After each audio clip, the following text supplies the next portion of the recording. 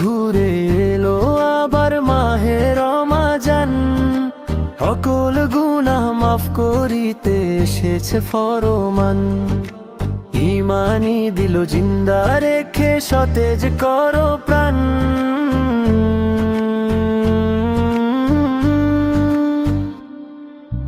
তোমার গুনাহ মাফ করিতে এলো রে রমাজান, তোমার দোয়া কবুল করবেন আল্লাহ মেহেরবান। সেহরি করো নামাজ পড়ো হে মুসলমান, ইফতারিতে পাবে তুমি জান্নাতেরই ঘ্রাণ।